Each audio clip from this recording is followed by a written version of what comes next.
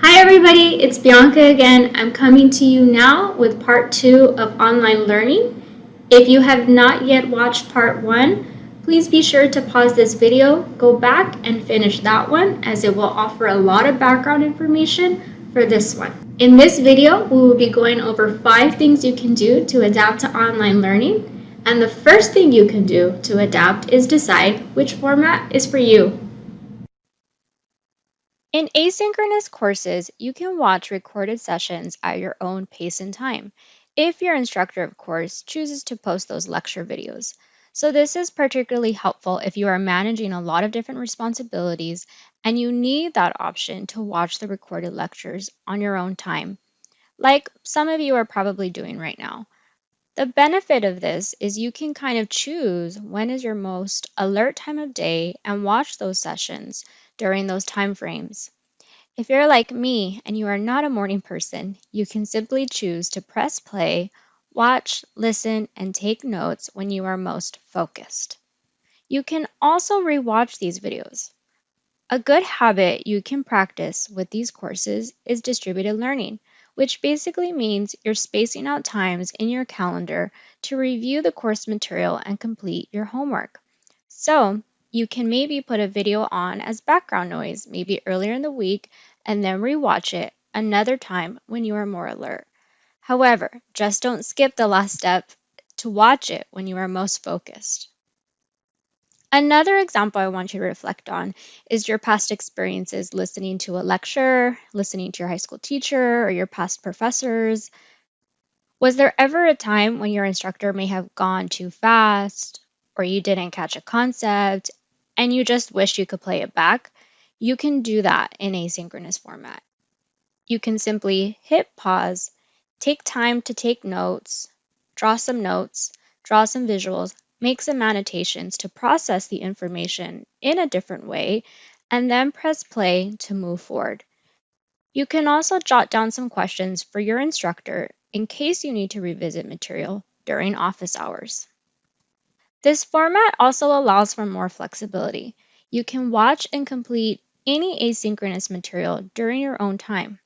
So, if you have a full or part time job, or any other responsibilities for that matter, it allows you to maximize your availability as you can watch during your own convenience. As you can probably see, this type of format offers less personal interaction. So, if you need that structured, collaborative learning environment where you are learning from others, engaging with others, or if you just prefer to learn by doing, this format may be more challenging. More introverts tend to prefer this option so they can get that writing experience and personal thought processing. While you can still get that personal interaction, it will be more through written communication, such as discussion boards, blogs, or chats. So, lastly, this format will require you to be self motivated and disciplined. Because you won't have a hands on approach and an opportunity to ask clarification questions or get those immediate reminders, you must push yourself to be responsible to complete coursework and ask for help when you need it. The student habits I see that work well in these types of courses are the students who have started their assignments as soon as they were assigned. They plan for any tech issues, they build a planner, a reminder system, so they can keep track of all due dates. Again, depending on your instructor, you may not get that reinforcement. So, it will be up to you to advocate for yourself and reach out for support when you need it. It will also be up to you to reach out to your instructors and your peers to build those collaborative opportunities, such as study groups. My advice to you is to use those discussion boards as points to build those personal relationships and reach out to them on your own. Trust me, your peers will appreciate it. In synchronous learning, it will feel like you're going to class.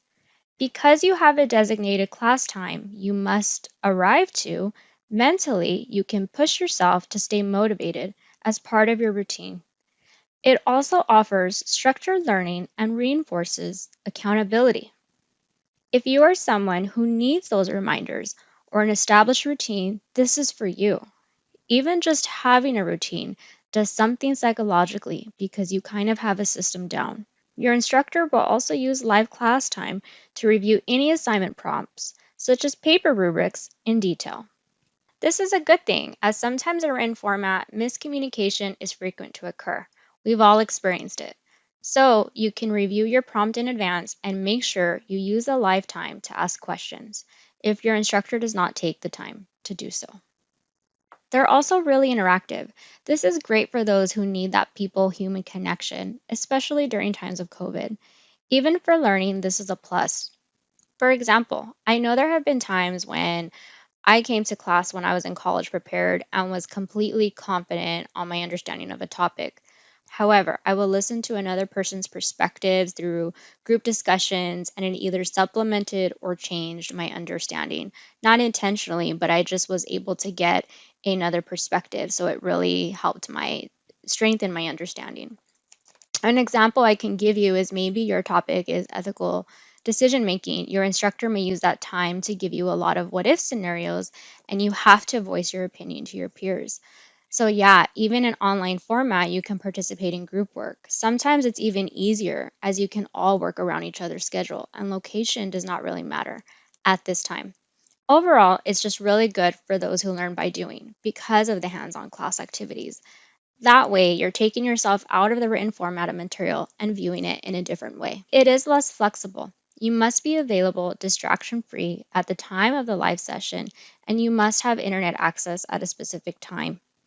Instructors won't offer leniency because you are going to the semester knowing what type of format you are enrolled in. So, they will expect you to have the equipment and technology ready to go when class starts. And lastly, this format allows you to connect with your instructor on a more frequent basis and receive immediate feedback. This is good for those who don't want delay in responses, especially in a virtual world.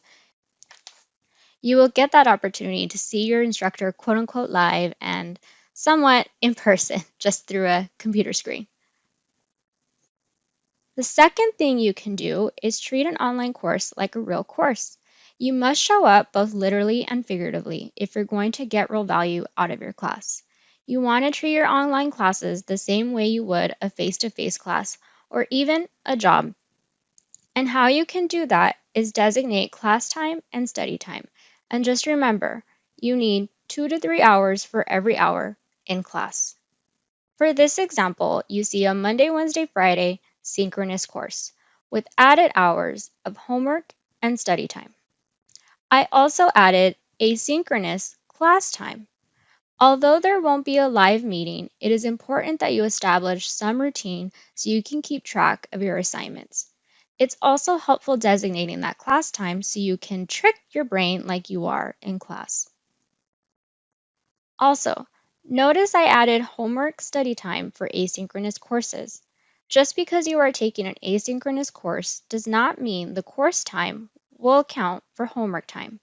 Asynchronous courses still require 3 hours of lecture material and 2 to 3 hours of outside class time. So let's give it a try. I want you to take some time to build your Fall 2020 weekly planner. At the bottom of this Cougar Courses section, you will find some materials for your review. One of those is a weekly planner. Okay, so you should have access to one of the weekly planners that's either Excel, Word, or PDF form. And the planner should look like this. You should see the days of the week at the top and the times on the left-hand side. I want you to build in times in this order. I want you to go ahead and build in class time. So go back to your My CSUSM Student Center and look at your weekly schedule. Build in all of your synchronous class times, but also be sure to build in the asynchronous class time. Remember, 3 hours for 3-unit courses. So go in and build that time in now.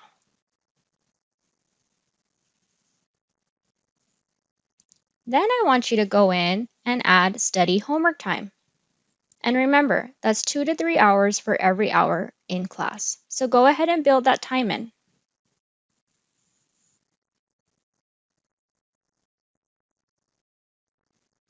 And even if you have to go to campus, build in that commuter time as well. Then go in and put in any work time. And lastly, any other responsibilities. Think about your sleep schedule, your exercise schedule, your meals. When are you going to put in snack time? When are you going to put in breakfast, lunch, dinner? All of those meals are important as everything plays into doing well for the semester. So once you have that planner down, I want you to think, how can I plan for the unexpected? Which is the third thing you can do now to adapt to online learning. You want to start by first asking yourself, do I have the right equipment? Do you have a laptop with a mic and webcam embedded? What about internet and hotspot? Even if you do have internet, think about it. Is your internet sometimes touch and go? Are you going to need a hotspot so that way you can make your internet stronger? Or what about headphones? Especially if you have distractions at home. Don't worry, we all have them right now. We're all in this experience. So think about it. Are you going to need headphones? And although this isn't equipment, I want you to think about it. Do you have access? Go in through the Kruger course container that you're using now and give it a try. Can you open links? Can you download documents? Do they open in PDF form? Do they open in Word form? Do you know how to convert PDF to Word or vice versa? Give it a try because your instructors are going to use a variety of technology and resources. So please be sure you have the access now to download all those documents, links. You also want to establish a backup plan. Save documents on cloud-based folders such as office365.csusm.edu. You all have access to the Word application or Google Docs through your CSUSM email account. And flash drives. You want to save different versions, PDF and Word.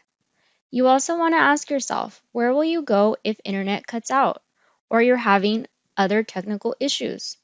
For live lectures, maybe even think about it if your instructors allow it, or just let them know, I have to turn my camera off to increase my bandwidth.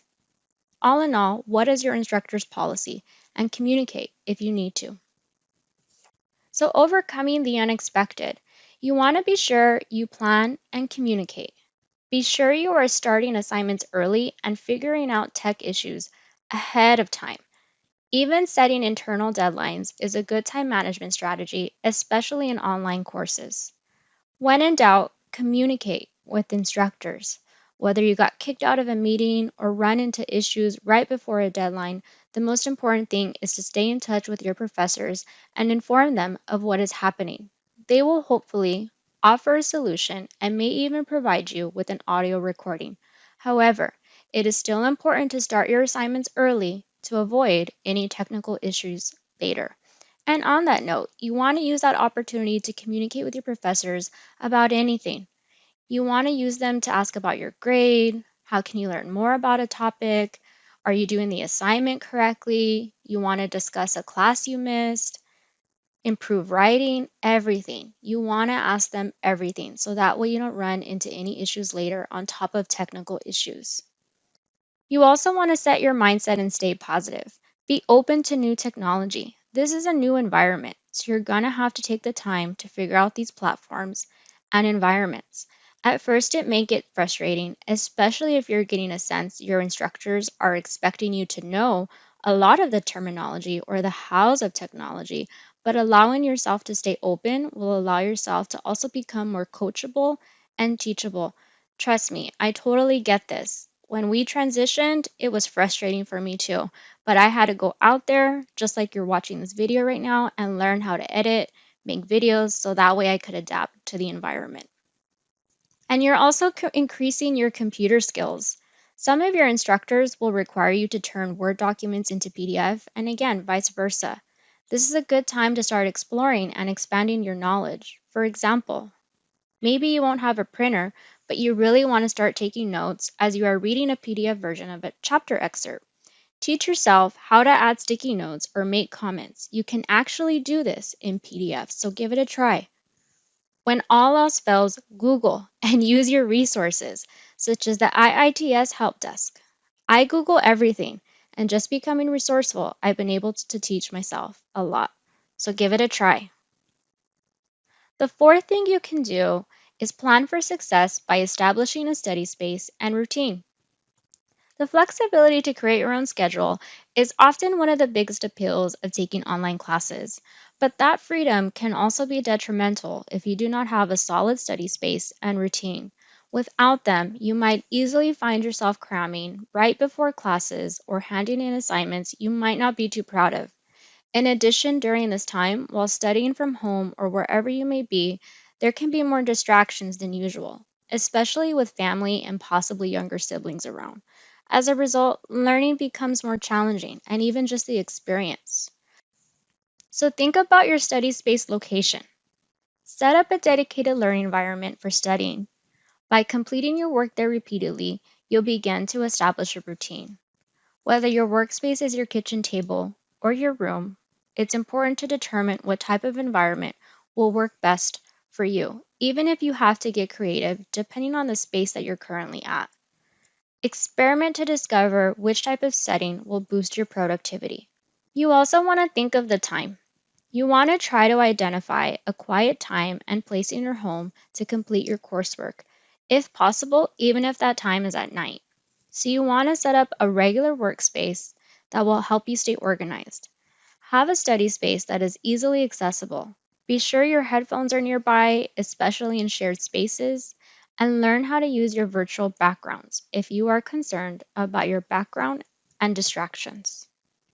Try to even think about building a schedule and space that will allow you to post your schedule for others in your house to see. This will make it easier when you have to say no to any request. And you also want to establish a routine. You want to wake up, eat breakfast, arrive early. This will be a time to ask the instructor any questions before class starts.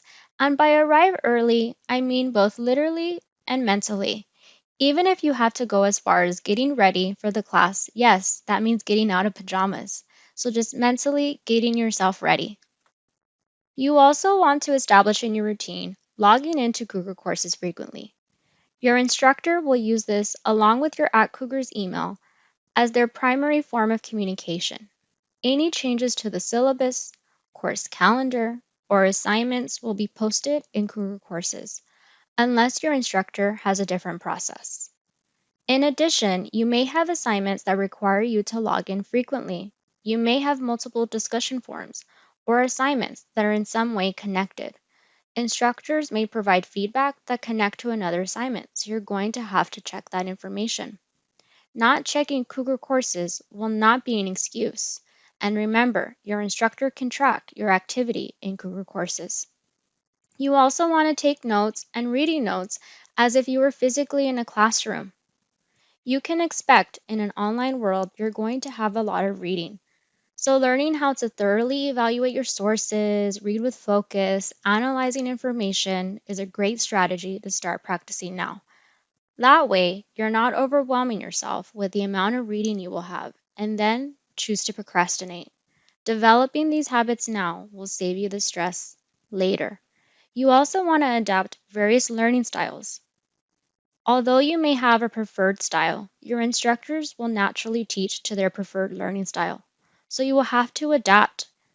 Ask yourself, can you use audiobooks or watch YouTube videos if you're an oral learner and you prefer to learn by hearing? What about sticky notes for reminders if you are more of a reading writing type of learner? Or taking notes after lectures and videos to reinforce most important concepts? Can you create study groups? Yes, it can still be done if you're a kinesthetic learner. Make connections with other students through discussion boards, forums, so you can create those connections and form study groups outside of class. Can you print out PowerPoints and annotate symbols for important concepts or create flowcharts if you're more of a visual learner? These are all of the things you want to start establishing in that routine to start off strong this fall semester. And lastly, just overall, stay motivated. Start by staying focused on your goals. At the end of the day, look back and check mark all those items that you've completed. Knowing that you did will help you stay motivated. You can also use a checklist and reward system. Just getting through one day of online learning, something you did not see yourself doing, will be your reward. My reward is pretty silly, but it works, and that's just my french fries. But my other reward is my people. Having my community and letting them help me, not just having them be there, is really helpful in this virtual world. You also want to establish connections. Although this may be a world we all did not anticipate, chances are other people are feeling the same fears as you. So take initiative to message your peers. Trust me, they will appreciate it at the end of the day, as you all have the same fears and concerns. You also want to communicate, communicate, communicate. Ask for help. In an online environment, advocating for yourself is key. Although it may feel like you're in this alone, that is far from true. Everyone at CSUSM, including your instructors and EOP counselors, are here to help you find the answers. It will be up to you to reach out to your networks and reach out to your instructors. No question is too simple or too complex. If you are confused on something, chances are other people in your class are too. So be proactive and email any questions you have to your instructors. And lastly, stay positive and establish a growth mindset. Treat every day like a learning experience. You're going to have some good days and you're going to have some bad days. You're going to have some moments where you're frustrated and like you feel like you should have gotten it right the first time. But it's okay. Look at every moment and figure out what can I do better the next day. It's going to be okay. You're going to learn more about yourself through this experience. So reach out, connect to us. And remember, I gave you 5 things you can do now, but all of you have different learning styles, different preferences, different personalized situations. So this isn't a full encompassed list of everything you can do right now. So if you want to connect with your EOP counselor, go in, make an appointment, so that way we can work with you to develop that personalized plan. I wish you all the best of luck. Remember, you're going to learn more about yourself, I promise you, so connect with us. And good luck this fall semester. Bye.